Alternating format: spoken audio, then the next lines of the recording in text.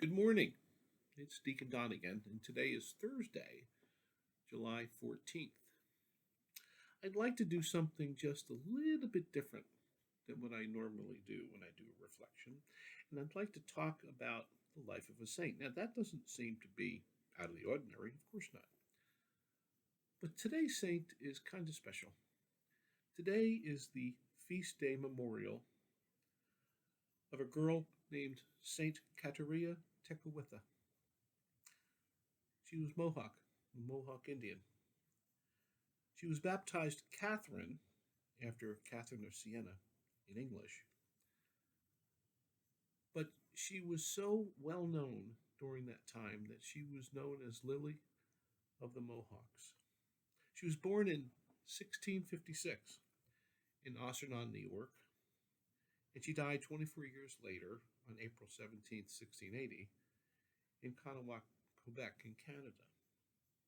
She was the child of a Mohawk Indian father and a Christianized Algonquin Indian mother. Interesting life.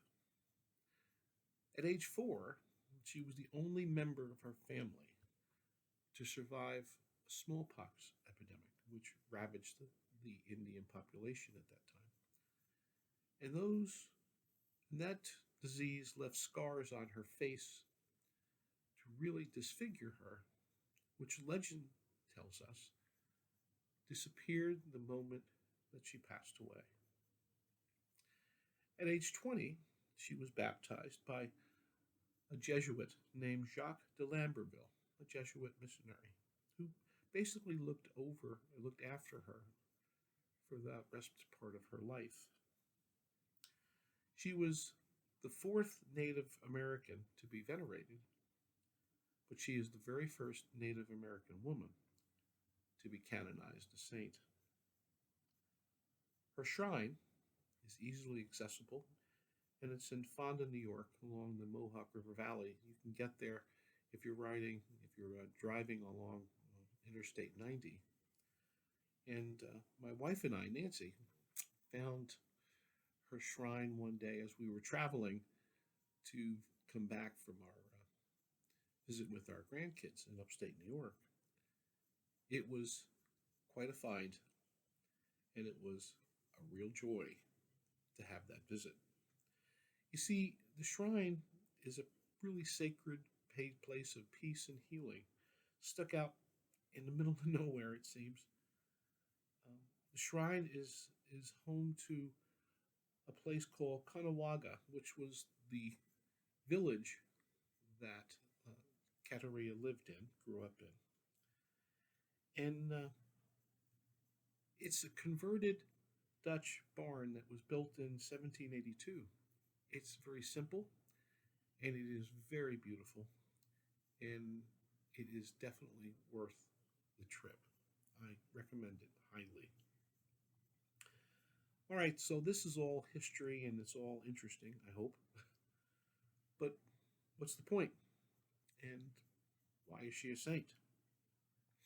Because Kateria was a very strong young lady who overcame serious health issues, but also overcame the dangers that fell upon her because of her belief in Jesus Christ.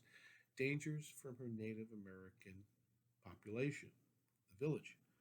And because of that, she was secretly taken away from that village and moved to Canada for her own well being.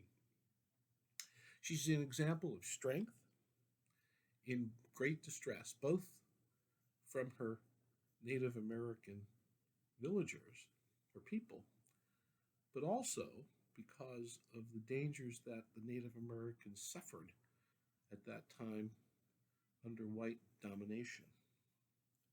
She was a pretty fascinating young lady.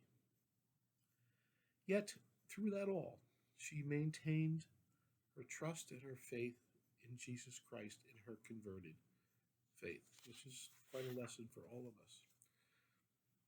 There were a few quotes that have survived her life, and one I found particularly fascinating, and it goes like this: I will willingly abandon this miserable body to hunger and suffering, provided that my soul may have its ordinary nourishment. And she was obviously talking about the Eucharist. So the readings today are really appropriate. The scripture today really do coincide with this saint's feast day because they really reflect her life.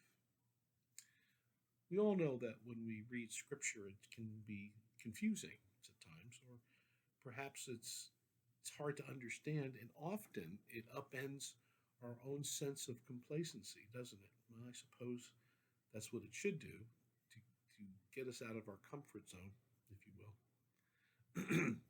In today's gospel from Matthew, chapter 11, Jesus said something beautiful, but also challenging. Come to me, all you who labor and are burdened, and I will give you rest. Take my yoke upon you and learn from me, for I am meek and humble of heart, and you will find rest for yourselves, for my yoke is easy and my burden is light. It's very comforting, but it's also very challenging. And even in the first reading from Isaiah, there's words of comfort and challenge. The comfort is this: the way of the just is smooth, the path of the just you make level. He's speaking about God. There's no question here that these words that we hear are words that we need to know. We need to be able to feel that comfort from God. But there's also a part of the reading that we can't ignore. Also, in that same passage, Isaiah says this: when your judgment dawns upon the earth, the world's inhabitants learn justice. The bottom line is that we receive the comfort and the help from God, but we also need to learn what is right and to live by it, justice. And that can be a very hard path for all of us, because often people don't always live by it, and they hurt others, and we have to avoid doing that. St. Katerina Tekakwitha learned this in her very young life. She did. But she never abandoned her faith or her trust in Jesus Christ. And that, brothers and sisters, is why she's a saint. She's now honored for that. And perhaps what she did in her life, in her short life of 24 years, and how she lived it, can be something that we can learn from too. Have a blessed day. Take care.